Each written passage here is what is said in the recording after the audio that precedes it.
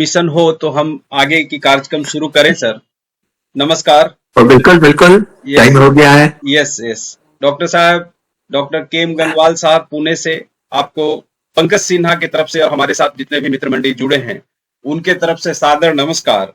और आपको डॉक्टर साहब, आपने समय निकाला हमारे लिए और इस प्रोग्राम के लिए। इस रविवार के दिन भी आप हमेशा पूरे वीक काम करते हैं, पेशेंट्स को देखते हैं, समाज सेवा करते हैं, यात्राएं करते हैं, अपने धर्म और मानवता की रक्षा के लिए प्रचार प्रसार करते हैं। इन सबों में से समय निकाल लिए आपने हमारे लिए, वो भी रविवार के दिन। धन्यवाद डॉक्टर साहब, तहे दिल से हमारे सारे साथियों की तरफ से।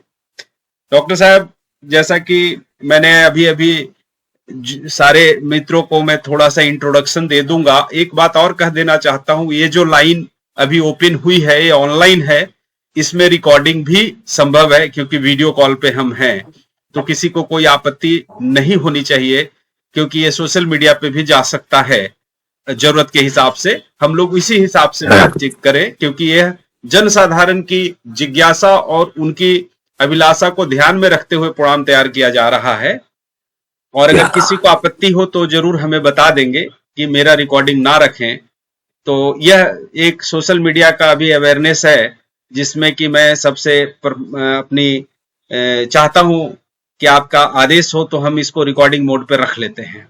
बिल्कुल बिल्कुल जी, धन्यवाद। प्यारे मित्रों, आज हमारे बीच पुणे से माननीय डॉक्टर कल्याण गंगवाल सर हैं। डॉक्टर साहब और मेरा रिश्ता आप ऐसा ही मानिए कि मैं शायद बहुत छोटा था, 1996, 97 और 2000 के आसपास में जब पुणे आया, तब से डॉक्टर साहब के साथ मिलना जुलना रहा। और मैं जब, मेरे को आज भी याद है कि 2000 ईस्वी में जब मैं महाराष्ट्र में पुणे में आया, तो ऐसा समय था जब डॉक्टर साहब के पास मैं पहली बार मुलाकात हुई। और तब से लेके आज, यानी 26 साल तो मैं ऐसे देख पा रहा हूँ, 2020 और आज 2026 में हूँ। तब से किसी न किसी रूप में जुड़ा रहा हूँ डॉक्टर साहब के साथ। डॉक्टर साहब की जो नॉलेज है, जो उनकी ज्ञान है, नॉट ओनली इन मेडिसिन, ऐसे भी, तो उनसे हमेशा मैं राय मशविरा करते रहता हूँ। कभी भी मेरे को कोई शंका संदेह होता है तो डॉक्टर साहब से बात कर लेता हूँ। With the due permission sir, आपका हमेशा आभारी हूँ मैं। डॉक्टर साहब के बारे में कुछ लाइनें मैं आप लोगों के सामने बताना चाहता हूं, जो हमारे दर्शक नए जुड़े हैं और जिन्होंने नहीं जानते हैं। Doctor Kalyan Gangwal MD medicine Pune Maharashtra से हैं। डॉक्टर कल्याण गंगवाल साहब एक निष्णात फिजिशियन होने के साथ साथ निस्वार्थ समाज सेवी, सामाजिक चिंतक एवं समाजोपयोगी दार्शनिक हैं।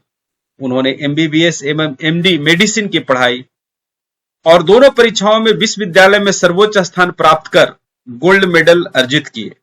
एमबीबीएस परीक्षा में 27 में से 23 सम्मान प्राप्त कर उन्होंने एक ऐसा रिकॉर्ड बनाया जो आज भी कायम है। मेडिसिन एवं सर्जरी दोनों विषयों में भी उन्होंने गोल्ड मेडल प्राप्त किए। वर्तमान समय में वे पुणे के केएम हॉस्पिटल एवं पूना हॉस्पिटल में मानद चिकित्सक के रूप में सेवाएं दे रहे हैं। पिछले 40 से 45-50 वर्षों से वे सदाचार, शाकाहार एवं व्यसन मुक्ति के प्रबल प्रचारक हैं। राष्ट्रीय एवं अंतर्राष्ट्रीय स्तर पर उन्होंने 40 लाख से अधिक मांसाहारी लोगों को शाकाहार अपनाने के लिए प्रेरित कर एक अद्वितीय समाज सेवा का कार्य किया है। पिछले लगभग 20 वर्षों से उन्होंने देवी देवताओं के समक्ष होने वाले बलि प्रथा, पशु बलि रोकने का व्यापक अभियान चलाया है।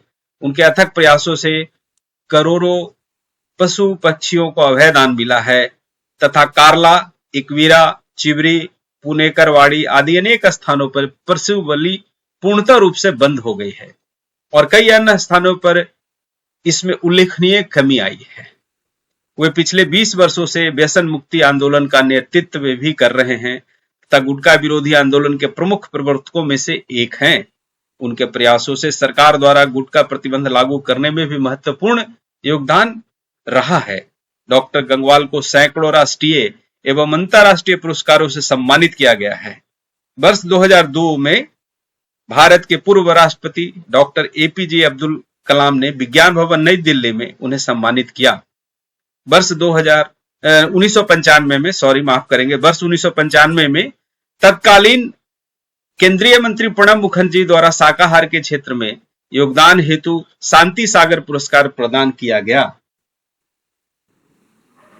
और इसके अतिरिक्त महावीर अहिंसा पुरस्कार Chennai, FAI foundation award vegetarian of the year, Rajiv Gandhi सामाजिक कार्यकर्ता पुरस्कार, अमृता देवी बिश्नोई पुरस्कार सहित लगभग 132 प्रतिष्ठित सम्मान उन्हें प्राप्त हुए हैं। अविनाश चौहान जी जरा 1 मिनट रुक जाएं, मैं आपसे आता हूं। हाल ही में उन्होंने भारत गौरव पुरस्कार भी सम्मानित किया गया है। शाकाहार, अहिंसा, जीव दया एवं जैन जीवनशैली के प्रचार प्रसार के लिए वे पिछले 40 वर्षों से तन मन एवं धन से समर्पित हैं तथा अपनी आय का एक बहुत बड़ा हिस्सा इसी कार्य में वे लगाते रहे हैं। वे भ्रष्टाचार विरोधी आंदोलन के प्रणेता अन्ना हजारे के निजी चिकित्सक एवं सहयोगी रहे तथा अनेक आंदोलनों में सक्रिय भूमिका निभाई है। साथ ही वे पुणे विश्वविद्यालय के जैन चेयर के सम्मानीय सदस्य एवं प्राकृत एवं संस्कृत प्रचार प्रसार से जुड़े एक ट्रस्ट के ट्रस्टी भी हैं। डॉक्टर गंगवाल एक दृढ़ आस्थावान श्रावक एवं मुनिभक्त गृहस्थ हैं। उन्होंने आचार्य विद्यासागर जी के सानिध्य में ब्रह्मचर्य व्रत ग्रहण किया है। आजीवन रात्रि भोजन, कंदमूल, आलू एवं प्याज का त्याग तथा पिछले कई वर्षों से शाम 6 बजे के बाद जल का भी त्याग कर उन्होंने अनुशासित जीवन की विशेषताएं हैं। विदेश यात्राओं के दौरान वे केवल दूध एवं फल ग्रहण कर शाकाहार का संदेश देते रहे हैं। जन कल्याण एवं प्राणी कल्याण के कार्यों में उनका जीवन पूर्णतः समर्पित है। उन्होंने अपने नाम कल्याण को वास्तव में सार्थक किया है। उनको रिसेंटली पिछले कुछ दिन पहले ही पुणे में Medi Ratna award by doctor none other than doctor Sancheti, जो कि एक प्रतिष्ठित अस्थि शल्य चिकित्सक है, उनसे मिला है। पुणे के एक प्रतिष्ठित संचेती हॉस्पिटल, जो महाराष्ट्र को जानते हैं वो जानते होंगे। And also there is the one good news, doctor Kalyan Gangwal nominated for Padma Shri by Maharashtra government. तो दोस्तों, ये थी एक छोटी सी डॉक्टर साहब की बारे में जानकारी। एंड जैसा कि आप सभी को मैं बता दूं, डॉक्टर साहब को जो आज आमंत्रित किया गया है, इसका कारण है कि आज हम लोग कुछ बात करने जा रहे हैं। और वो जो बात करने जा रहे हैं उसके पहले डॉक्टर साहब को मैं जरूर कुछ मौका देता हूं कि डॉक्टर साहब को हैंड ओवर तो करूंगा। डॉक्टर साहब, इतनी सारी आपकी जो उपलब्धियां हैं, ये तो हमें प्रेरित करता है बहुत अच्छा कुछ करने के लिए, लेकिन आपने अपने जीवन में इतनी चीजें, उपलब्धियों को प्राप्त करते हुए एक चिकित्सक के रूप में, एक पिता के रूप में, एक पति के रूप में, कैसे आप दूसरे लोगों को बताना चाहेंगे कि कितना कठिनाइयां रही ये सब चीजों को करने में? देखिए, कोई भी काम करते वक्त कठिनाइयों का सामना तो करना पड़ता है। जैसे छोटे छोटे देहातों में जब मैं जाता था पशु बलि रोकने के लिए, तो मैं और मेरे साथ एक आधा और कार्यकर्ता होता था, तो वो हमला बोल देते थे। कई बार चश्मा फाड़ दिया, तोड़ दिया, कई बार कपड़े फाड़ दिए, कई बार मोबाइल ले लिया, ऐसा होता था। मगर मैंने ये सब होते हुए अभी अपनी जो कार्य है वो कंटिन्यूस रखा। आपको मालूम होगा कि गुटखा विरोधी आंदोलन करते वक्त मेरे पीछे अंडरवर्ल्ड के लोग भी लग गए थे मुझे मारने के लिए। मगर मैं ये विश्वास रखता हूं कि जो कोई आदमी अच्छा काम करता है, उसका संरक्षण कोई अज्ञात शक्तियां करती रहती है। तो ये काम बहुत डिफिकल्ट है, मगर कंसिस्टेंटली, जैसे कार्ला केव्स में जब हम जाते हैं, वहां एकवीरा देवी के सामने हम ट्रस्टियों से बात करते हैं, हम पुजारियों से बात करते हैं, हम कानून की बात करते हैं, और ये सब करके उनको कन्विंस करते हैं कि ये करना कितना गलत है। और particularly young generation now is getting really motivated and they are now been able to follow me whatever I was saying. तो ये बहुत डिफिकल्ट बात रहती है।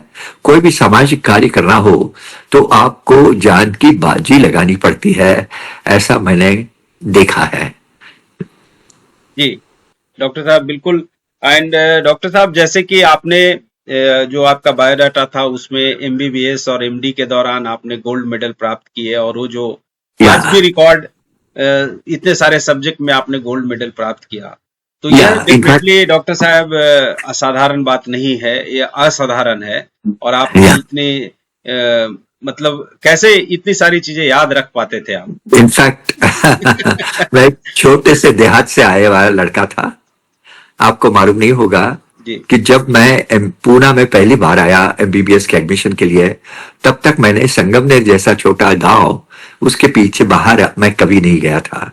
इसीलिए जब एमबीबीएस का इंटरव्यू हुआ तो मैं पजामा पहन के गया था, क्योंकि मेरे पास पैंट भी नहीं थी, मेरे पास पजामा था।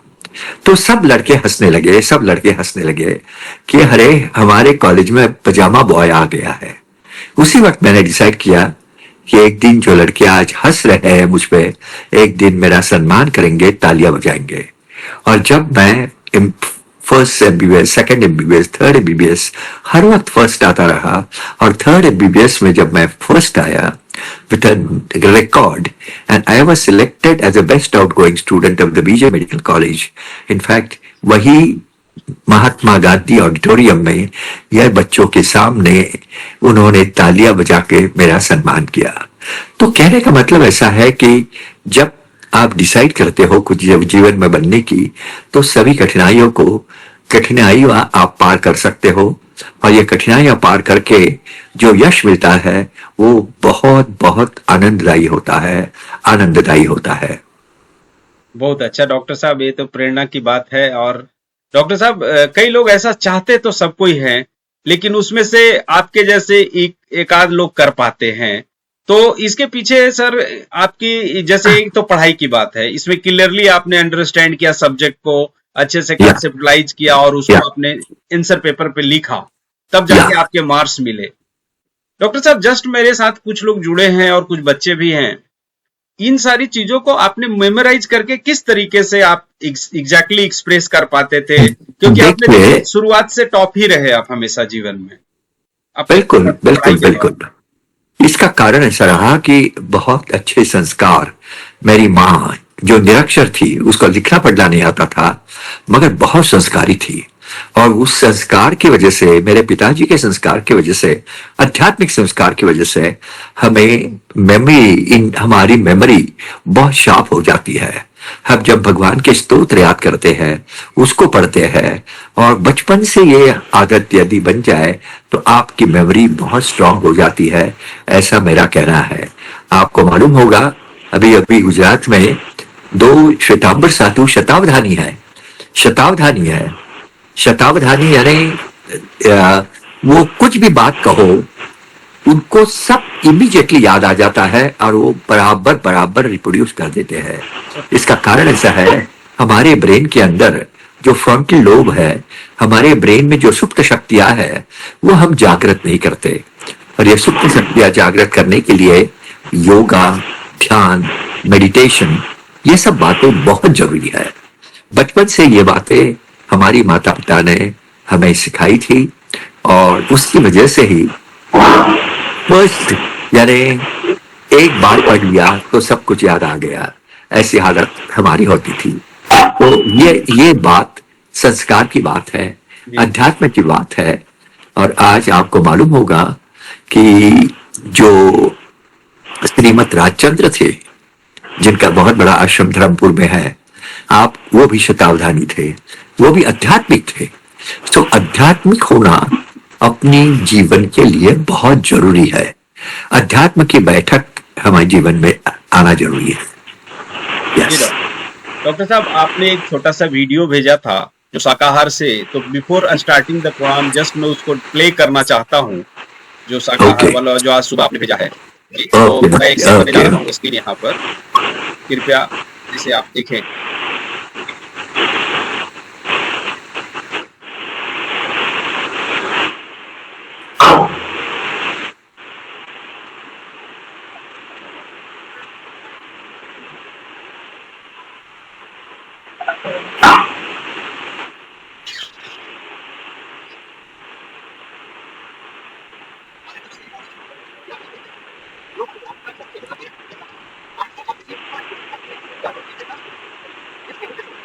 पर खड़ी मानवता। क्या आप जानते हैं ग्लोबल वार्मिंग का सबसे बड़ा कारण मांसाहार है। मांसाहार के लिए आज कृत्रिम ढंग से जानवरों की पैदाश की जाती है, जिसकी वजह से मीथेन और कार्बन डाइऑक्साइड बड़ी मात्रा में पैदा होता है और यह मीथेन और carbon dioxide green house gases होने के कारण ओजोन का छत फट रहा है। मांसाहार की वजह से ग्लोबल वार्मिंग बढ़ रहा है। सुखी जीवन का आधार शाकाहार। रोग व्याधियों से ग्रसित होती मानव जाति। संसार के सभी डॉक्टर्स आज ये कह रहे हैं कि बढ़ते हुए कैंसर और बढ़ते हुए हृदय रोग का एक मुख्य कारण है मांसाहार। जानवरों की चर्बी और मांस के जरिए आने वाले टॉक्सिन की वजह से कैंसर और हृदय रोग बढ़ रहा है। शक्तिशाली जीवन का आधार शाकाहार। मानव संरचना, वैज्ञानिक तथ्य और प्राकृतिक सत्य इस बात का प्रमाण है कि सुखी जीवन का आधार शाकाहार है। मनुष्य के शरीर की संपूर्ण रचना निसर्ग ने शाकाहार के लिए बनाई है। मांसाहारी प्राणी जबान बाहर निकाल के चाट के पानी पीते हैं। शाकाहारी प्राणी ओठों से पानी पीते हैं। इसका मतलब ही है मानव शाकाहारी है, शाकाहारी है। सुनिए अंतर्राष्ट्रीय एवं राष्ट्रीय उपाधियों और राष्ट्रपति सम्मान से सम्मानित डॉक्टर कल्याण गंगवाल को। जानिए कि क्यों है जरूरी जिंदगी के लिए शाकाहार। जिंदगी के लिए शाकाहार करना चाह रहे हैं डॉक्टर साहब जो आज टॉपिक के लिए आए हैं, उस टॉपिक को अभी हम आगे बढ़ाते हैं। उसके लिए डॉक्टर साहब आप बोले तो पावर पॉइंट को शेयर करा जाए या आप ऐसे ही बात करना चाहेंगे या थोड़ा सा उसको स्लाइड को चला दें, फिर बीच में हम लोग चर्चा करेंगे। ठीक, yes yes yes, right sir, right sir, धन्यवाद सर। जस्ट स्लाइड में चला दें।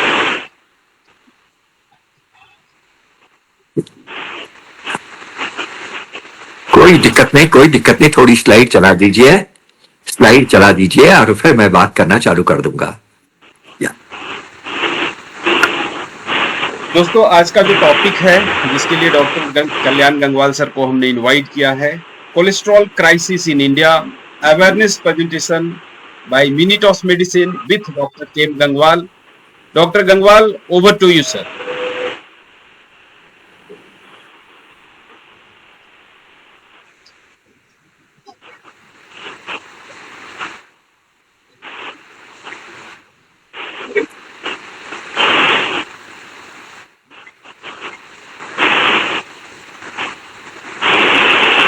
देखिए, संसार का हर प्राणी सुखी रहना चाहता है। पहला सुख निरोगी काया है और वो निरोगी काया रखने के लिए वो अलग अलग ढंग अपनाता है। आज हमें कोलेस्ट्रॉल के बारे में बात करनी है। आईसीएमआर के रिपोर्ट, इंटरनेशनल रिपोर्ट, यह सब रिपोर्ट ये दिखाते हैं कि 2020 में इंडिया विल बी धीरे-धीरे हम capital of diabetes, capital of hyperlipidaemia and capital of heart disease बन रहे हैं। अभी इसके बारे में हमें ध्यान देना बहुत जरूरी है। आज हमें स्वस्थ रहना है। स्वस्थ ये शब्द की इंटरनेशनल डेफिनेशन ऐसी है कि it is a jubilant state of well-being, not only physical but mental and social. इसका मतलब ऐसा है कि हम शरीर से स्वस्थ रहे, मन से स्वस्थ रहे, हमारा समाज स्वस्थ रहे और हमारी spiritual health. Now over to you doctor Kalyan Gangwal sir. Yes sir, please carry on.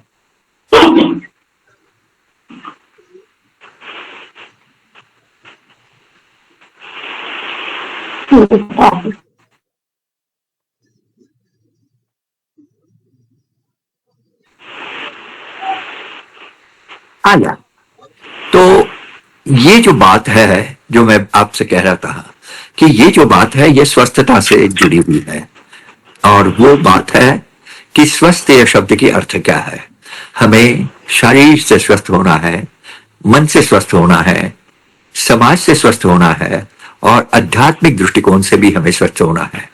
आपको आश्चर्य लगेगा, आज विदेशों में बहुत बड़ी क्रांति चली है। ये बहुत बड़ी क्रांति विदेशों में ये कहती है कि your physical health is not important, your your social health is not important, your medical health, mental health is not important. Most important part of your body is your spiritual health. If your spiritual health improves, everything is going to change. And आज जो cholesterol का chaos हम देख रहे हैं, ये उसी से थोड़ा सा जुड़ा हुआ है. आज आईसीएमआर के रिपोर्ट, जो इंटरनेशनल रिपोर्ट जो आ रहे हैं, और ये रिपोर्ट में यह दिखाया जा रहा है कि 9 out of 10 Indian young people are having some or other lipid abnormality in their blood. ये बहुत बड़ी बात है, बहुत बड़ी बात है, क्योंकि आज हमारे देश में युवा पीढ़ी में हार्ट अटैक का जो इंसिडेंस है वो बहुत बड़ी मात्रा में बढ़ रहा है. उसके साथ साथ स्ट्रोक्स बढ़ रहे हैं, और उसी के साथ पेरिफेरल वास्कुलर डिजीज भी बड़ी मात्रा में बढ़ रहे हैं. और यह सब का रोल कोलेस्ट्रॉल से जुड़ा है, कोलेस्ट्रॉल से जुड़ा है. हमारे बॉडी का लिपिड प्रोफाइल, जो कोलेस्ट्रॉल है, ये कोलेस्ट्रॉल कोई सब बाहर से नहीं आता है. 70 to 80% of the cholesterol is synthesised in the liver, and बाकी बाहर से आता है. मगर हमारी जीवन शैली यदि बदल गई तो बहुत बड़ी मात्रा में गड़बड़ी हो जाती है, गड़बड़ी हो जाती है. और इसीलिए मैं कहता हूं कि यदि कोलेस्ट्रॉल कंट्रोल में रखना है, high density lipoprotein, low density lipoprotein, triglycerides, ये यदि बैलेंस करनी है तो हमें सबसे इंपॉर्टेंट बात है हमारी जीवन शैली, हमारा आहार, हमारा विहार. इन द सेंस मैं तो ये कहूंगा कि सुखी जीवन का आधार है आहार, विहार, विचार और आचार. जो तुम्हारा आहार है वो सम्यक हो, अच्छा हो, विहार यानी एक्सरसाइज हो, उसके साथ साथ विचार अच्छे हो, क्योंकि और उसके साथ साथ ये विचार और ये उसका presentation in your life should be good. और ये इसी की वजह से आज हम देख रहे हैं, आज जो लाइफस्टाइल बदल रही है, जो मॉडर्न लाइफस्टाइल हमारी थी, suddenly it has been change, and large number of people working in this field are saying that this sudden change in our lifestyle has created all this problem. Particularly जो IT में काम करते हैं, उनको यदि वो हमारे क्लिनिक में जब आते हैं, at the age of 30-35 they are having hypertension, they are having anemia, they are having obesity, they are having a peripheral vascular disease. और ये सब पूछा तो मैं बोलता हूं कि जब उनको हम पूछते हैं तो वो पता चलता है कि वो क्या खाता है, क्या पीता है और कैसी जीवन जिंदगी जीता है. उसका जीना है, मैरिड है, दोनों हस्बैंड वाइफ दोनों काम कर रहे हैं, लाखों रुपए कमा रहे हैं, मगर बाहर का खाना मंगा के खा रहे हैं, शाम को शराब पी ले रहे हैं, सिगरेट पी ले रहे हैं, और रात को बराबर नींद भी नहीं आती क्योंकि वो फोन पे कई घंटे टेक्स्ट करते रहते हैं, आईफोन क्या यूज करते रहते हैं. तो ये सब बातें हमारे जीवन के लिए बहुत खतरनाक है. हमें बदलना चाहिए, हमें बदलना चाहिए, और हमारी जीवन शैली हमें अच्छी रखनी चाहिए. शरीराध्यम खलु धर्म साधनम, जिनको धर्म साधना करनी है उनके लिए भी हमारे आचार्यों ने कहा है कि उनकी हेल्थ, उनकी तबीयत, उनका आरोग्य अच्छा रहना बहुत जरूरी है, बहुत जरूरी है. इसीलिए भगवत गीता में श्री कृष्ण को उपदेश करते हुए, श्री कृष्ण को अर्जुन को उपदेश करते हुए श्री कृष्ण ने कहा कि युक्ताहार विहारस्य, युक्तः कर्मस्य चेष्टसु, युक्तः स्वप्नावबोधस्य योगो भवति दुःखः. इसका मतलब ऐसा है, हमारा आहार युक्त होना चाहिए, हमारा विहार युक्त होना चाहिए, और ये सभी बातों की ओर हमें देखना बहुत जरूरी है, अभी जो बहुत लास्ट जरूरी है. वीक में पब्लिश हुआ, और उसमें एक बहुत ही, जैसा कि आपने कहा कि आउट ऑफ 10 9 पीपल में किसी न किसी रूप में कोलेस्ट्रॉल की डिफरेंसेस है. कहीं ना कहीं टोटल कोलेस्ट्रॉल किसी का कम है, ज्यादा है, किसी Yes. का एचडीएल कम है, किसी का एलडीएल. Right right doctor. या सो ये बहुत ही, हाँ या हाँ, लिपिड अबनॉर्मलिटी है, ट्राइग्लिसराइड्स खराब है, या तो ये सब, ये ये सब करेक्ट करना जरूरी है। यह करेक्ट करना जरूरी इसीलिए है क्योंकि इसके वजह से हमारी जो ब्लड वेसल्स है उसके ऊपर अंदर से उसकी डायमीटर कम हो जाती है, उसके ऊपर कोलेस्ट्रॉल बैठ जाता है, उसके ऊपर कैपिलरीज बैठ जाती है, छोटे छोटे थ्रोम्बा यानी ब्लड क्लॉट्स होने लगते हैं और फिर हार्ट अटैक, स्ट्रोक, ये सब बीमारियां हम पैदा कर देते हैं। इसीलिए हमें ये सब कंट्रोल करने के लिए सिर्फ खाना ये इंपॉर्टेंट नहीं है, क्योंकि cholesterol 70 to 80% is been manufactured by the liver. इसीलिए हमें डाइट, एक्सरसाइज, बैड हैबिट्स को टालना, जैसे स्मोकिंग है, अल्कोहल है, ये सबसे दूर रहना सेहत के लिए बहुत बहुत जरूरी है, क्योंकि आजकल ये हमारे मॉडर्न लाइफ के पैरामीटर्स बन गए हैं। मैं तो मेडिकल कॉन्फ्रेंसेस में भी जब जब जाता हूं, जब मुझे लेक्चर देने के लिए बुलाते हैं तो मैं कहता हूं कि मैं डिनर के लिए नहीं आऊंगा, मैं लंच के लिए आऊंगा, और लंच भी ऐसा रखेंगे, it should be pure vegetarian without alcohol. और ये कई बार इंटरनेशनल जो कंपनियां हैं वो भी मान लेती है और कई बार लेक्चर के लिए मुझे बुलाती है।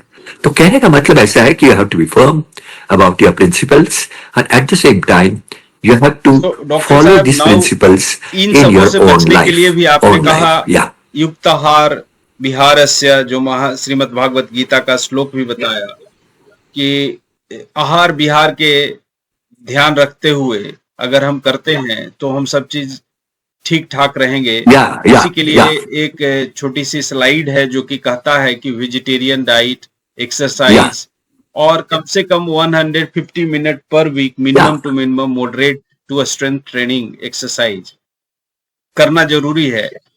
जी डॉक्टर साहब, तो आज के तारीख में जब इंडिया, आपने पहले ही कहा कि कैपिटल है already metabolic syndrome like diabetes and बाकी चीजों में, ऊपर से एक कोलेस्ट्रॉल, और वो भी यंग जनरेशन में, यानी 20 से लेके 39 ईयर के एज में ये सर्वे किया गया कि 10 में से 9 को प्रॉब्लम है। तो ये तो बहुत ही खतरनाक सिचुएशन आने वाले जनरेशन के लिए होने वाली है। यस यस यस, बहुत खतरनाक है। इसीलिए तो इंटरनेशनल रिसर्चर्स हरदम कहते हैं कि India is going to be the capital for diabetes, heart disease and peripheral vascular disease, because हमारी जीवन शैली हमने सडनली चेंज कर दी है। हमारी जीवन शैली बहुत रैपिडली बदल रही है और ये रैपिडली बदलने वाली जीवन शैली हमें आज तकलीफ देने वाली है। इसीलिए आहार, विहार, विचार एवं आचार, यह हमारे आरोग्य रूपी रथ के चार पहिए हैं। एक भी पहिया कमजोर हो गया तो हमारी सेहत अच्छी नहीं रहेगी। इसीलिए हर एक ने ध्यान रखना चाहिए, क्योंकि कई लोग कहते हैं कि मैं तो दुबला हूं, मुझे कैसे कोलेस्ट्रॉल हो सकता है। मगर जब हम लिपिड प्रोफाइल करते हैं तो पता चलता है कि लिपिड अबनॉर्मलिटी उसमें भी है। इसका मतलब ऐसा है कि there are number of people who have got inheritance, in the sense अनुवांशिक लिपिड अबनॉर्मलिटी उनमें है, और ये भी रही तो भी हमें करेक्ट करना बहुत जरूरी है। एक्सरसाइज आजकल लोगों ने छोड़ दिया है। आजकल एक्सरसाइज कोई भी नहीं करता है। मैंने देखा कई डॉक्टर्स, और आपको ये सरप्राइज होगा कि average life of the doctor is lower than the common people. यानी इसका मतलब ऐसा है कि डॉक्टर लोग कम जीते हैं एवरेज से। इसका कारण ऐसा है, तनाव है, एक्सरसाइज नहीं है, खान पान का ध्यान नहीं है, और उसके साथ साथ आगे जाने की कंटिन्यूअस तनाव है, स्ट्रेस है।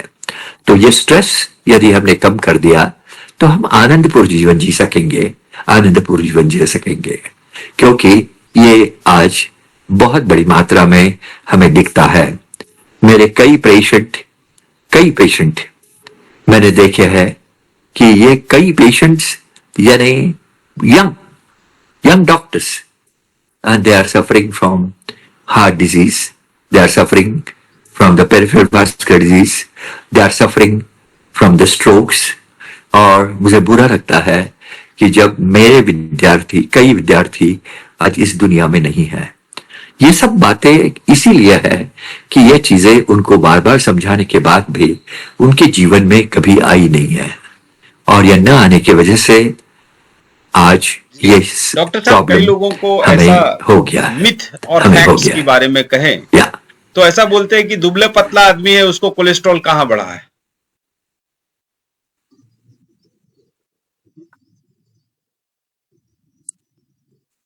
नहीं, ऐसा नहीं है। दुबले पतले आदमी को भी जो एक्सरसाइज नहीं लेता है, कार्बोहाइड्रेट खाने में ज्यादा लेता है, प्रोटीन की मात्रा कम है, वेजिटेबल्स नहीं है, ड्राई फ्रूट थोड़े बहुत नहीं लेता है, तो ये सब लोग हाइपरलाइपिडीमिया के शिकार हो जाते हैं। और एक दफे उनका कोलेस्ट्रॉल बढ़ गया और कंटिन्यूसली वो बढ़ा रहा, तो ये सब प्रॉब्लम उनको भी हो जाते हैं। इसीलिए मोटापा कम होना करीब जरूरी है, इसमें कोई शक नहीं है। इसलिए हमारा वेट हमें आइडियल रखना चाहिए। मैं तो कहता हूं कि आप 40 साल की उम्र के बाद में आदमी ने एक ही बार खाना खाना चाहिए, एक ही बार खाना खाना चाहिए। 2 बार खाने की कोई जरूरत नहीं है, 2 बार खाने की कोई जरूरत नहीं। तो आप ऑटोमेटिकली कैलोरी कंट्रोल कर सकते हैं और ये कैलोरी कंट्रोल की वजह से आपकी सेहत अच्छी रहती है। इसी से हाइपरटेंशन, डायबिटीज आपने और ये जो ICMR दूसरी की बातें हैं, स्टडी दूसरी हुई है, वह बीमारियां है हैं, कि वो भी हमारे कंट्रोल सारे में रह लोगों जाती को, है। खास या कर न्यू जनरेशन्स को संभलने की जरूरत है। वह इंडिकेट कहीं ना कहीं ये करता है कि भारत देश में जो फूड हैबिट चेंज हो गई है, जो एकाएक अंधाधुंध आगे बढ़ने की प्रयासरत हैं, एंड उसके लिए जो डाइट कंट्रोल करना चाहिए, एक्सरसाइज करनी चाहिए और योगा, मेडिटेशन, इन सभी की जो चर्चा डॉक्टर साहब ने की, अगर हम साथ साथ सब चीज करें तो शायद ऐसी हालत नहीं होती थी।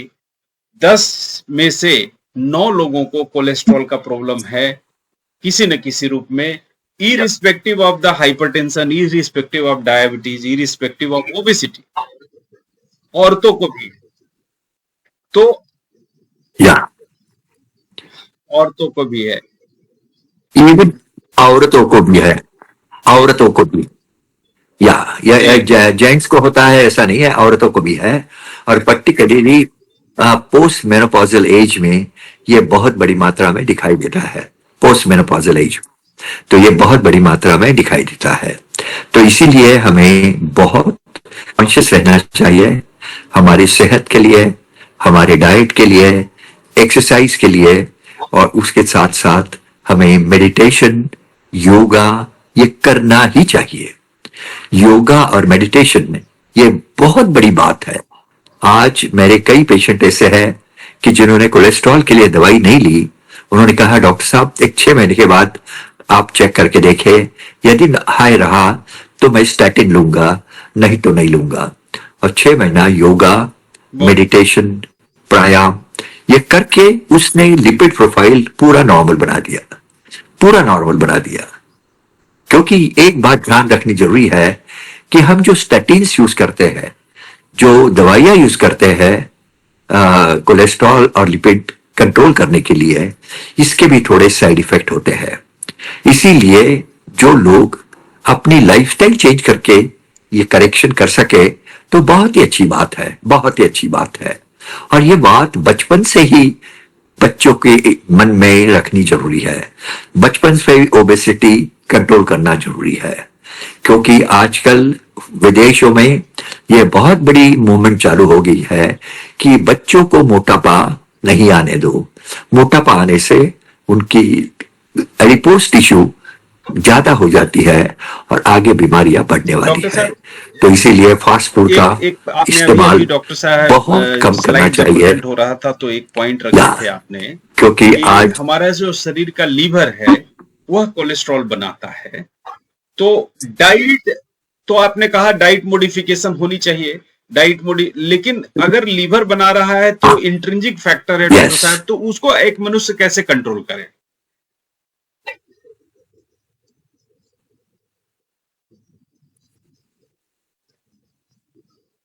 नहीं, इससे भी कंट्रोल कर सकते हैं खान पान के चीजों से, जैसे lot of oily food, lot of fried food, ये कम कर दिया, फास्ट फूड कम कर दिया, तो लीवर के ऊपर स्ट्रेन कम आ जाता है। लीवर के ऊपर स्ट्रेन कम आ गया तो लीवर का फंक्शन धीरे धीरे इंप्रूव हो जाता है। और आज तो हालात ऐसी है कि large number of patients with hyperlipidemia, उनका लीवर खराब इसीलिए हो जाता है कि दे आर अल्कोहलिक, क्योंकि अल्कोहल का, हाँ, alcohol is known to damage the liver, और लीवर डैमेज हो गया तो लिपिड एब्नॉर्मलिटी आप ही आप आ जाती है। तो इसीलिए लीवर को अच्छा रखने के लिए, liver is a metabolic factory of the body. इसीलिए मैं कहता हूं, हर एक को कहता हूं कि तुम शाम को खाना खाओ, खाने के बाद 3 घंटा सो मत, सोने के पहले 3 घंटा तो भी आपने खाना लेना चाहिए, ताकि जब तुम सोते हो तो लीवर पे तनाव नहीं आता है। और ये बात आज सारे संसार में मैं कहता हूं। विदेशों में जब मैं जाता हूं तो मैं जैन फिलॉसफी के बारे में कहता हूं, और हम कहते हैं कि Jain lifestyle is ideal lifestyle. हम एकासन करते हैं, हम बियासन करते हैं। आज वही बात दीक्षित डाइट करता है। दीक्षित डाइट कहता है 2 बार खा लो। हमारा बियासना कहता है, जो सालों से, हजारों सालों से जैन भाई करते हैं, वो यही कहते हैं कि 2 ही बार खाना है, बीच में कुछ नहीं खाना है, और उसके साथ साथ कंट्रोल करना है। तो ये सब बातें हैं, ये हमें लोगों तक पहुंचानी है। जैन धर्म यह भी कहता है कि इंटरमिटेंट फास्टिंग करो, जैसे हमारे जैन भाई अष्टमी चतुर्दशी के दिन फास्ट करते हैं। यह फास्ट करने से definitely cleansing, detoxification of the body हो जाती है। यह detoxification of the body is very important and it is good for a liver also. Liver का भी डिटॉक्स हो जाता है। इसीलिए हम कहते हैं कि हफ्ते में 1 बार आप खाना बंद करो, लिक्विड ले सकते हो, लिक्विड लेके उपवास करना चालू करो, और आपको महसूस होगा कि you are feeling much better and your energy level has gone up, and at the same time you are feeling very fresh.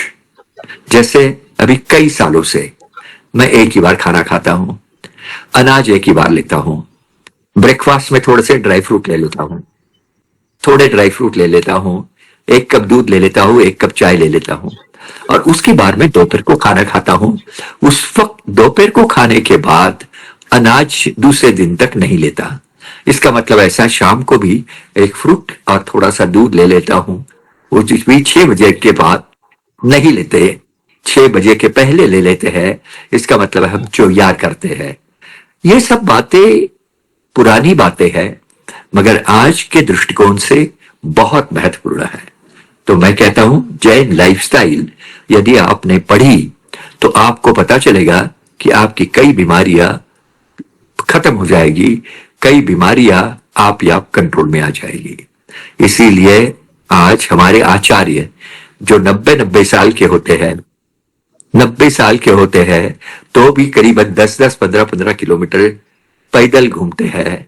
और आपको तो मालूम होगा कि दिगंबर जैन साधु ये पूरे नग्न रहते हैं, उनके हाथ में एक पिच्छी रहती है और कमंडल का पानी रहता है, मगर उनकी हेल्थ बहुत अच्छी रहती है। इसका कारण ही ऐसा है, बहुत संयमित जीवन वो जीते हैं। और हम चाहते हैं कि यही थोड़ी मात्रा में हमारे जीवन में भी उतर गया तो हमारे जीवन में भी बहुत बड़ा बदलाव आएगा। मैं तो अपील करूंगा, जो जो देख रहे हैं आज प्रोग्राम में ज्वाइन हुए हैं, आप एक्सपेरिमेंट करो। आप ऐसा डिसाइड कर लो कि मैं करीबन 1 महीने के लिए 1 बार ही खाऊंगा। शाम को थोड़ा सा फ्रूट ले लूंगा, दूध ले लूंगा, और शाम को सनसेट के बाद में कुछ नहीं लूंगा। आपको आश्चर्य लगेगा कि नंबर ऑफ पेट की शिकायतें, नंबर ऑफ अदर शिकायतें, नींद न आने की शिकायतें आप ही आप कम हो जाती है, आप ही आप कम हो जाती है। आज ऐसा है कि तुम रात को 10 बजे 11 बजे खाते हो और आधे घंटे में सो जाते हो। जब सो जाते हो तो रेस्ट नहीं मिलती है। तुम सोते हो, बेड में चले जाते हो, मगर तुम्हारी अतड़ियां काम करती रहती है। क्यों? कि तुमने पेट में अनाज डाल दिया है और वो पचाने की क्रिया अतड़ियों को करनी ही पड़ती है। इसलिए लीवर पे भी तनाव आता है, अतड़ियों के भी ऊपर तनाव आता है और उनको रेस्ट नहीं मिलती। तो इसीलिए रेस्ट फिजिकल तुम्हें भी चाहिए और ऑर्गन को भी चाहिए, और ये ऑर्गन को रेस्ट देगा सही सही तरीका है हमारी जीवन शैली में हम बदलाव करें। जीवन शैली में बदलाव करें तो ये कोलेस्ट्रॉल का प्रॉब्लम, लिपिड अबनॉर्मलिटी का प्रॉब्लम काफी कंट्रोल में आ जाएगा। मगर कई बार सिर्फ परहेज से ये नहीं कम होता। उस वक्त हम स्टैटिन्स यूज करते हैं। अलग अलग स्टैटिन्स आज है, या अलग अलग स्टैटिन्स आज मार्केट में है। हर एक स्टैटिन कौन सा सूट उसको होता है, इसके अनुसार हम उनको देते हैं। उनका लाइपोप्रोटीन कितना है, ट्राइग्लिसराइड कैसे है, लो डेंसिटी लाइपोप्रोटीन कैसे है, हाई डेंसिटी कैसे है, ये सब देख के okay, proper medicine thank you very much doctor साहब। प्रॉपर मेडिसिन अब मैं देते इनवाइट करना हैं। और चाहता ये हूँ प्रॉपर मेडिसिन हमारे देने जो से दर्शक हैं या डेफिनेटली श्रोता हैं, काफी उनमें से फर्क किसी को आ कोई जाता सवाल हो है, तो आप काफी डायरेक्टली फर्क आ डॉक्टर जाता साहब से है। ले सकते हैं।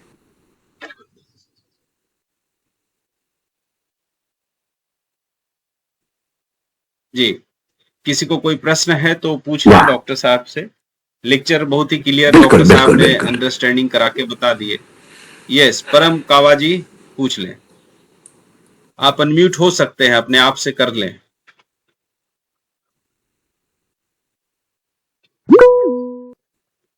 हाँ परम जी, आप पूछ सकते हैं। चलिए, और किसी को कुछ पूछना है तो आप पूछ सकते हैं। Yes,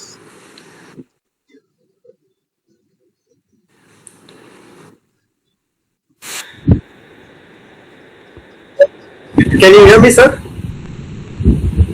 yes, Okay. Sir, very much thank you for giving a very good illustration of the lipid profile and everything. मुझे सर पूछना ये था, मेरा I am around 47 years as of now and मुझे अभी थोड़ा कोलेस्ट्रॉल का past 4-5 years से issues दिख रहा है. I am consistently about 225 total cholesterols overall. तो मैंने लाइफस्टाइल चेंजेस का जो भी सर आपने सजेस्ट किया, I am almost I will say at least 80% में वो प्रोफाइल पे ही चल रहा हूँ। मेरे को practically no smoking, no nothing on those lines. खाना भी वेजिटेरियन हूँ तो कोई इश्यूज नहीं है। प्रैक्टिकली मैंने 18-16 का इंटरमिटेंट फास्टिंग भी किया था and for around 6, 7, 8 months altogether. Triglycerides control हुए थे definitely, no doubt about that thing. लेकिन मेरा LDL प्रोफाइल consistently around 180-190 चल रहा है। अच्छा, इसके लिए सर आप क्या सजेस्ट कर रहे हैं? मैंने अभी तक स्टैटिन्स नहीं लिए हैं definitely. I just wanted नहीं, लाइफ आप बेटर करना कोई चाहता हूँ। स्टैटिन्स लिया है? जी नहीं लिया है। मुझे लगता है और एक 3-4 महीना रुको। 3-4 महीना ये और एक्सरसाइज बढ़ा दो। एक्सरसाइज बढ़ाने से लो डेंसिटी लाइपोप्रोटीन कम हो जाते हैं और हाई डेंसिटी लाइपोप्रोटीन बढ़ जाते हैं। तो एक्सरसाइज थोड़ा सा बढ़ाने से आप फर्क आ जाएगा। और यदि ये सब करने के बावजूद भी यदि ये नहीं हुआ तो आप छोटा सा डोज ये कम करने के लिए स्टैटिन यूज कर सकते हो। जैसे रोजुस्टैटिन 5 मिलीग्राम की टैबलेट आप ले सकते हो, और हाँ, उससे कुछ नुकसान नहीं है। लेकिन मुझे किसी ने कैसे बताया था कि once you start taking statins altogether, तो statin once you start it's for lifetime. So इसलिए मैंने सोचा कि जितना लाइफस्टाइल प्रोसेस चेंजेस से हो सकता है we'll try to get it. Otherwise in fact ऐसे कहते हैं कि एक दफे स्टैटिन चालू कर दिया तो वो लाइफ टाइम लेना पड़ता है। इसीलिए तो हम कहते हैं कि जो अल्टरनेटिव मेडिसिन है, अल्टरनेटिव मेडिसिन जैसे ये है, सब्जियां है, ग्रीन सब्जियां,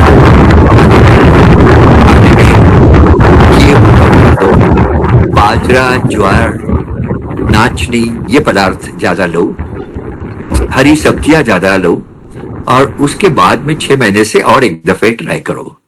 और यदि नहीं हुआ ठीक है, तो no harm in taking small dose. किसी को कोई सवाल है, कोई जानकारी चाहिए तो आप डॉक्टर साहब से पूछ सकते हैं। या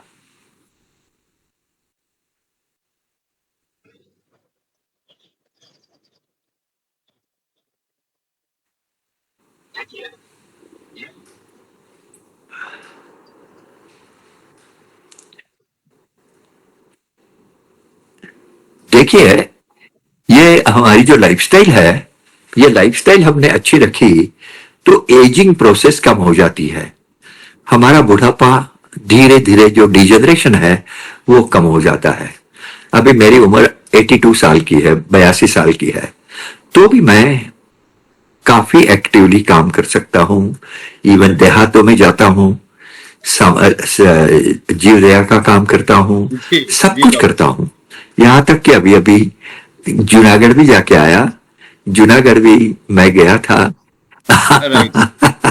अच्छी थी। और हाँ। सिर्फ अटेंडेंट के लिए जी जी पंकज ने काफी मदद की, और उनके फ्रेंड सो माथुर को डॉक्टर मेरे साहब साथ भेजा डेफिनेटली था, आपने मेरे जो साथ पॉइंट भेजा कहे था। कि तो जितने भी पुराने ये ऋषि उम्र में मुनि भी, थे उन्होंने संध्या हाँ, काल के बाद यानी अंधेरा होने के बाद नहीं मैं खाते थे। पंकज को, वह एक धार्मिक हाँ, भावना भले ही रही होगी क्योंकि उस टाइम लाइट नहीं होती थी, बिजली नहीं होती थी, अंधेरा में लोग खाएंगे तो गलत हो जाएगा। लेकिन नहीं सर खाते वह थे। कहीं ना कहीं इतना फायदेमंद रहा कि दीर्घायु और शतायु हुए, और जैन नहीं, धर्म में आज भी वो चीज फॉलो करे हैं।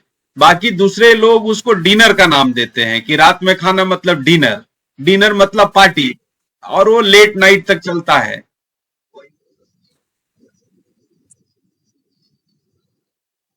डिनर, या वही बोल रहा हूं कि आज अभी आईटी में काम करने वाले लड़के सुबह नाश्ता क्या लेते हैं, तो इमिडिएटली फास्ट फूड ले लेते हैं, और फिर डायरेक्ट डिनर लेते हैं। डिनर के वक्त शराब चालू होती है, सिगरेट चालू होती है, और खाना चालू हो जाता है। वो भी कई बार मांसाहारी होता है। और इसकी वजह से आज ये लोगों में भी बहुत बड़ी मात्रा में हार्ट का प्रॉब्लम, बीपी का प्रॉब्लम, डायबिटीज का प्रॉब्लम, ये सब सब आ गए है, सब आ गए है। तो ये सब बातें मुझे लगता है कि हर एक डॉक्टर का ये फर्ज है। हमारा सिर्फ काम दवाइयां देना नहीं है, मगर संसार में, हमारे समाज में बीमारियां न हो, इसके लिए उनको एडवाइस देना यह भी हमारा काम है। और ये हमने आज करना छोड़ दिया है। आज हमारे डॉक्टर फ्रेंड्स वगैरह देखा, मैं उनको कई बार बोलता हूं कि आप दवाइयां लिख देते हो, उनको आहार के बारे में, लाइफस्टाइल के बारे में कुछ भी नहीं बताते। आप सिर्फ दवाइयां दे देते हो, और दवाइयां दे के उनके जीवन में बदलाव नहीं आएगा, नहीं थैंक आएगा। यू वेरी मच तो सर। इसीलिए मुझे लगता है जी कि ऐसे छोटे छोटे प्रोग्राम पंकज राइट तू सर। करता जा, which yes is a good health education to the people, विदुषी, और हेल्थ एजुकेशन। और मुझे मालूम विदुषी है विदुषी सिन्हा, तू और विदुला विदुषी। हाँ दोनों हाँ योगा में काफी इन्वॉल्व है। जी ये लोगों को, हाँ, क्या योगा में तुम दोनों हस्बैंड वाइफ काफी इन्वॉल्व है लोगों को। और तुम्हारे जीवन को आध्यात्मिक बैठक है। मैंने तेरे साथ अध्यात्म की चर्चा कई बार की, और I was really impressed by the knowledge that you have. इसका मतलब ऐसा है कि ये जरूरी है, हमारे अच्छी जिंदगी के लिए जरूरी है। हम 24 घंटा आनंद में जी सकते हैं यदि ये सब बातें हमारे जीवन में उतर गई है। तो ये प्रैक्टिस के साथ साथ, जी डॉक्टर। पैसे कमाने के साथ साथ, ये बातों पर भी हमें ध्यान देना जरूरी है। इससे हमारा तनाव कम हो जाता है, स्ट्रेस कम हो जाता है, कॉर्टिजोल लेवल ब्लड की कम हो जाती है, हार्मोन लेवल डिस्टर्बेंसेस कम हो जाते हैं, और संतुलन हो जाता है। और ये संतुलन, कुंडलिनी के हमारे सभी चक्र चक्र बराबर काम करना चालू करते हैं। मूलाधार चक्र से लेके सर्वाधार चक्र, अंतिम चक्र आज्ञा चक्र तक, सभी चक्र में संतुलन पैदा हो जाता है। यदि उसमें संतुलन पैदा हो गया तो you can enjoy the life 24 hours 24 hours. आज मैंने कई ऐसे साधु देखे हैं हिमालय में कि जो एक बार दूध और फ्रूट लेते हैं, मगर 24 घंटा आनंद में है, आनंद में है। उनके चेहरे पे आनंद ही आनंद है। इसका मतलब ऐसा है, यह सब हो सकता है, हो सकता है। तो कहता है कि ऐसे छोटे छोटे प्रोग्राम से हम लोगों को जगाए, और उसमें से 2 में से 10 में से 1-2 लोग भी बदल गए, सो तो बहुत बड़ा बदलाव लास्ट आप यहाँ पा 2 सकता प्रश्न है, और ले लेते आ हैं सकता अगर है। किसी के मन में है, या, अदरवाइज मेरे मन में एक आध प्रश्न डॉक्टर साहब से लेके क्लोज करेंगे। तो जिनको अगर प्रश्न जरूर। करना है वो हैंड रेज करें या डायरेक्टली अनम्यूट होके बात कर लें। क्योंकि अभी मेरे घड़ी में 1:20 होने जा रहा है और हमने एग्जैक्टली 12:30 में प्रोग्राम शुरू कर दिया था। डॉक्टर साहब को मैंने 1 घंटे के या लिए ही टाइम दिया था। तो किसी को कोई सवाल है? ओके डॉक्टर साहब, इसका ये मतलब हुआ कि एक समय था जब भारत जैसे देश में गरीबी थी और लोग भूखे मर रहे थे। कम उम्र में 40 साल 50 साल में मजदूर लोग को खाना नहीं मिलने से माल न्यूट्रिशन होकर के मर रहे थे। ऐसा रिपोर्ट्स कहता है भारत की आजादी के बाद। बट आज तो हमें लग रहा है डॉक्टर साहब कि खाना खा खा करके लोग मर रहे हैं। या या या आजकल आजकल ऐसा हो रहा है, सेंट्रल ओबेसिटी बहुत बढ़ रही है। आज खाना ज्यादा खा के बीमार हो रहे हैं।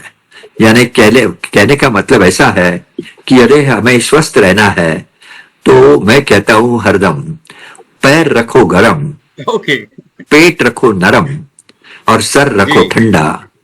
और जी हाँ, पैर रखो गरम, ओके पेट रखो नरम, सर रखो ठंडा अच्छा और नजदीक आए डॉक्टर बहुत तो सुंदर उसको दिखाओ जी डंडा।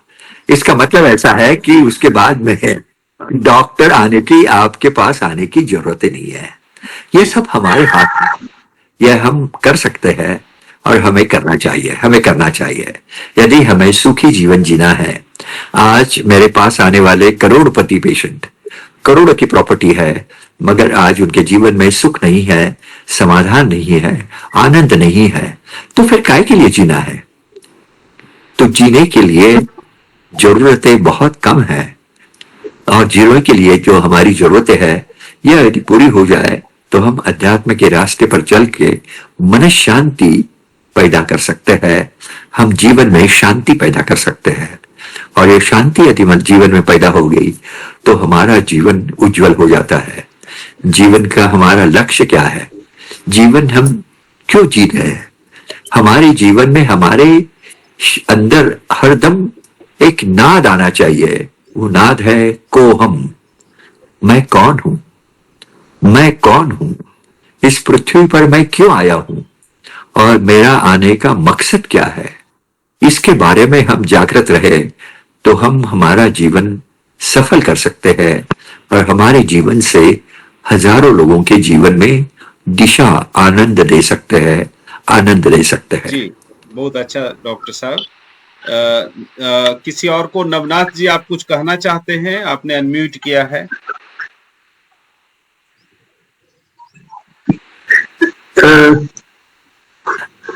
सर जे सांगतायत ना, हो बोला। हा सर जे सांगतायत हे सगळं अप्रतिम, म्हणजे एकदम चांगले, हे सर्व काही चांगल्या गोष्टी आहेत.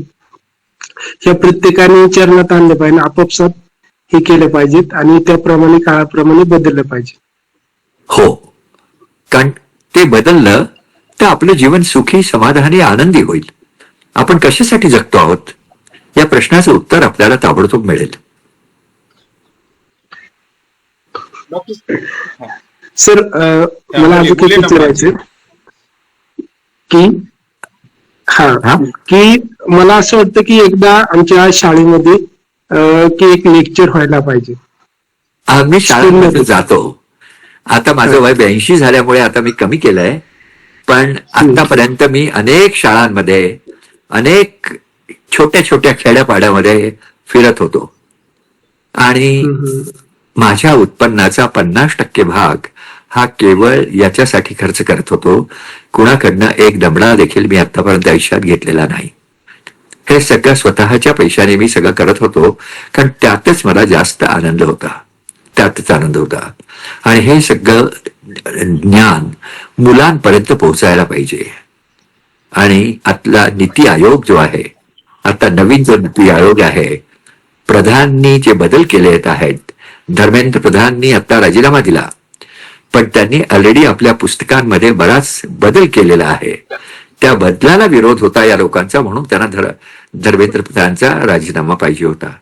पण आता आलेले प्रल्हाद जोशी हे देखील कट्टर कट्टर कट्टर अध्यात्मवादी आहेत. त्यामुळे आपण आपल्या नव्या पिढीला जर आपण योग्य ज्ञान दिलं, योग्य सल्ला दिला तर त्यांचं जीवन बदलू शकेल. आणि ते बदलणं गरजेचं आहे. मला वाटतं मोठे लोक बदलत नाहीत, 40 नंतरचे लोक तर कधी बदलत नाहीत, पण मुलांना बदलणं सोपं असतं. आणि मुलांना जर बदललं तर त्यांच्या जीवनात जर बदल झाला तर तो नक्की नक्की आनंददायी होईल आणि त्यांचं जीवन खऱ्या अर्थानं सुखी समाधानी होईल. आताच्या काळामध्ये सर मी तर म्हणतो या नवीन पिढीला पूर्णपणे सर्वांना बदलण्याची गरज आहे नवीन काळाप्रमाणे. खूप खूप गरज आहे, कारण त्यांना सांगायची समजवायची अत्यंत गरज आहे. आणि आमच्या शाळेमध्ये आमच्या आता संबंध करिक्युलम मध्ये रोज एक पाठ असला पाहिजे जिथे त्याला अध्यात्माचं शिक्षण थोडंफार दिलं पाहिजे. तरच त्याच्या जीवनात बदल होईल, तरच बदल होईल. आत्ताच पंढरपूरची वारी झाली. 90 वर्षाची माझी एक पेशंट पायी पंढरपूरला गेली. कोणती शक्ती होती? मनशक्ती होती. तिच्या मनामध्ये इतकी शक्ती होती की वयाच्या 90व्या वर्षी ती चालत, तिला हार्टचा त्रास आहे, पण ती म्हणाली की पांडुरंगाच्या रस्त्यात मी जरी गेले तरी पांडुरंग चरणी माझं शरीर अर्पण झालं तर मला आनंदच होईल. आणि ती पंढरपूरला पोहोचल्यानंतर तिने मला फोन केला. आता असे जे लोक आज समाजात आहेत नाहीत असं नाहीत, पण त्यांची संख्या कमी आहे. ती संख्या वाढली पाहिजे तर बदल होईल. जी डॉक्टर साहब, बहुत ही अच्छी बात आपने बताई. डॉक्टर साहब, क्या हमारे भारत देश में थोड़ा जेनेटिकली भी मॉडिफिकेशन हुआ है क्या, जिससे थोड़ी सी परेशानी ज्यादा बड़ी परेशानी में बदल रही है in comparison between western world? और जैसे कि अल्कोहल की बात करी जाए डॉक्टर साहब, तो वेस्टर्न वर्ल्ड में खुलेआम दिन में भी दोपहर में भी, भारत में भी तो मिल रहा, महाराष्ट्र है, गुजरात में चलिए नहीं है, तो ये थोड़ा जेनेटिकल प्रीडिस्पोजिशन का भी मैटर है या उतना कोई खास नहीं है? जेनेटिक एलिमेंट डेफिनेटली है, इसमें कोई शक नहीं. हम जेनेटिकली डिफरेंट है. एंड एक बड़ा रिसर्च स्टैनफोर्ड यूनिवर्सिटी में हुआ था, उसमें स्टार्विंग जीन ये जो फैक्टर है ये बताया गया था. उन्होंने कहा कि कई पीढ़ियां हमारी ये भूखी रही, कई पीढ़ियां खाना पीना कुछ नहीं था, मगर जैसा बदलाव आता गया तो उनको बहुत खाना मिलने लगा और वो जेनेटिकली डिफरेंट होने की वजह से उनमें कई बीमारियां आ गई. वैसे फास्टिंग करने से कोई नुकसान नहीं होता है. Limited fasting is really good for health, मगर जेनेटिक एलिमेंट है, इसमें कोई शक नहीं है, कोई शक नहीं है. जी डॉक्टर साहब, आपका मोबाइल का कैमरा थोड़ा टिल्ट हो गया है, ऐसे सीधा घुमा लेंगे? आपकी मोबाइल का ऐसा लग रहा है कि तिरछा हो गया है. नहीं, ऐसे रोटेट कर लें, वर्टिकल से हॉरिजेंटल या ऐसा कुछ हो गया है. ओह, तो आपकी तस्वीर थोड़ी उल्टी आ रही है. This is on now. Okay, yes yes yes, this is perfect. हाँ, एकदम perfectly on. Yes yes. So doctor साहब, आपने ये कहा कि हमारी जेनेटिकली प्रीडिस्पोजिशन थोड़ी डिफरेंट है. स्टैनफोर्ड का रिपोर्ट्स की वजह से हम जेनेटिकली डिफरेंट है, हमारा जीन भी डिफरेंट है, और वो जीन डिफरेंस होने की वजह से भी कई बातें हमारे में आ रही है. मगर ये दूसरी बातें भी उतनी ही ध्यान देना जरूरी है जो हमारे हाथ में है. जेनेटिक बातें हमारे हाथ में नहीं है. जो हमारे हाथ में नहीं है वो हम करेक्ट नहीं कर सकते जी, मगर जो करेक्ट कर सकते हैं उसके लिए हमें बहुत कोशिश करनी जरूरी है. जी धन्यवाद. डॉक्टर साहब, लास्ट किसी का कोई प्रश्न हो तो हम लास्ट प्रश्न ले लेते हैं, अदरवाइज डॉक्टर साहब को धन्यवाद ज्ञापन करेंगे. बहुत ही बेहतरीन तरीके से समय निकाले और हमारे बीच करीब करीब 1 घंटा से ज्यादा समय दिया है डॉक्टर साहब ने. डॉक्टर साहब सबसे पहले जुड़ गए थे 10 मिनट 15 मिनट पहले ही. तो किसी का कोई सवाल है तो लास्ट प्रश्न ले लेते हैं. डॉक्टर साहब जय जैन, मैं ये बोल रहा था कि ये सेमिनार का क्या हमें रिकॉर्डिंग मिल सकती है सर? क्या जैसे मैं और किसी को दिखाना चाहूँ तो मतलब, या इनफैक्ट आप प्रदीप जैन जी, डॉक्टर साहब के रिक्वेस्ट के बाद मैंने ये रिकॉर्डिंग तो करा है. अभी जैसे ही प्रोग्राम ओवर होगा ये सेव मोड में जाएगा, फिर इसके बाद मैं इसकी देखता हूँ जी। यूट्यूब पे किस तरह से जाता है, कितना बड़ा फाइल बनता है। डेफिनेटली प्रदीप जैन जी, आपको कोशिश करूंगा कि आप तक पहुंच जाए। ठीक है। ठीक, ओके बस, प्रदीप थैंक जी यू कहाँ से सर, जय हैं? हिंद। मैं वैसे यूपी से हूँ और एट दैट टाइम पुणे में हूँ। ओह, वेरी ओ ये मेट्रो। मेट्रो ट्रेन बनाते हैं आप, उसकी काम जी करते हैं। जी जी। जी। अभी ये मानगांव हिंजेवाड़ी फेज 3 टू शिवाजी नगर जैसे मैंने जाना कि ये यूपी से हैं, एक कंप्लीशन पे है। मैं समझ गया। मैं चाहता हूँ कि हमारे जो 7 मेंबर जो हैं वो Sorry? थोड़ा अपना परिचय दे दें, जिससे कि डॉक्टर साहब भी समझ जाए कि कौन कौन लोग आए थे आज प्रोग्राम में। तो एक एक करके, जैसे मैं बोलूँ, ए भारद्वाज जी। ए भारद्वाज जी कहाँ से हैं मैडम? हाँ बोलिए, आपको आवाज नहीं आ रही। अनिल राय, अनम्यूट करके बोलिएगा। आप अनम्यूट कर दे सकते हैं अपने मोबाइल से, माइक है उसको दबाएंगे तो आपकी आवाज चेंज हो जाएगी। मेरा प्रश्न ये है कि अपना थोड़ा सा परिचय दे दें अगर एक एक करके लोग। ये अविनाश चौहान जी, बोलिए। Yes carry on Avinash Chauhan. Fine fine. अच्छा, अविनाश चौहान जी मंचर से हैं, ठीक है। हेलो, ओके, ठीक है। तो डॉक्टर साहब अभी जो जुड़े हुए हैं, एक एक बार नाम मैं बता देता हूँ। ये भारद्वाज जी, फिर अविनाश चौहान जी हैं, मौलिक हैं, मौलिक पटेल हैं, इसके बाद हाँ नवनाथ गवाने साहब हैं, परम कावा जी हैं, पायल भट्ट हैं, प्रदीप कुमार जैन, सचिन, संजय हाँ कुमार मुंसर से, सिंह, संतोष महतो जी उसके बाद हैं, में तो मुंसर। देन शेख ताहिर हैं, एंड हाँ बोल यशवंत हाँ गायकवाड़ जी। बोलिए बोलिए। फाइन। सो सभी का धन्यवाद, हृदय से आभारी हूँ आप सभी का, धन्यवाद। Hello, thank you, thank you. Okay doctor साहब, नमस्ते। Okay sir, yes sir, thank you sir. Hello,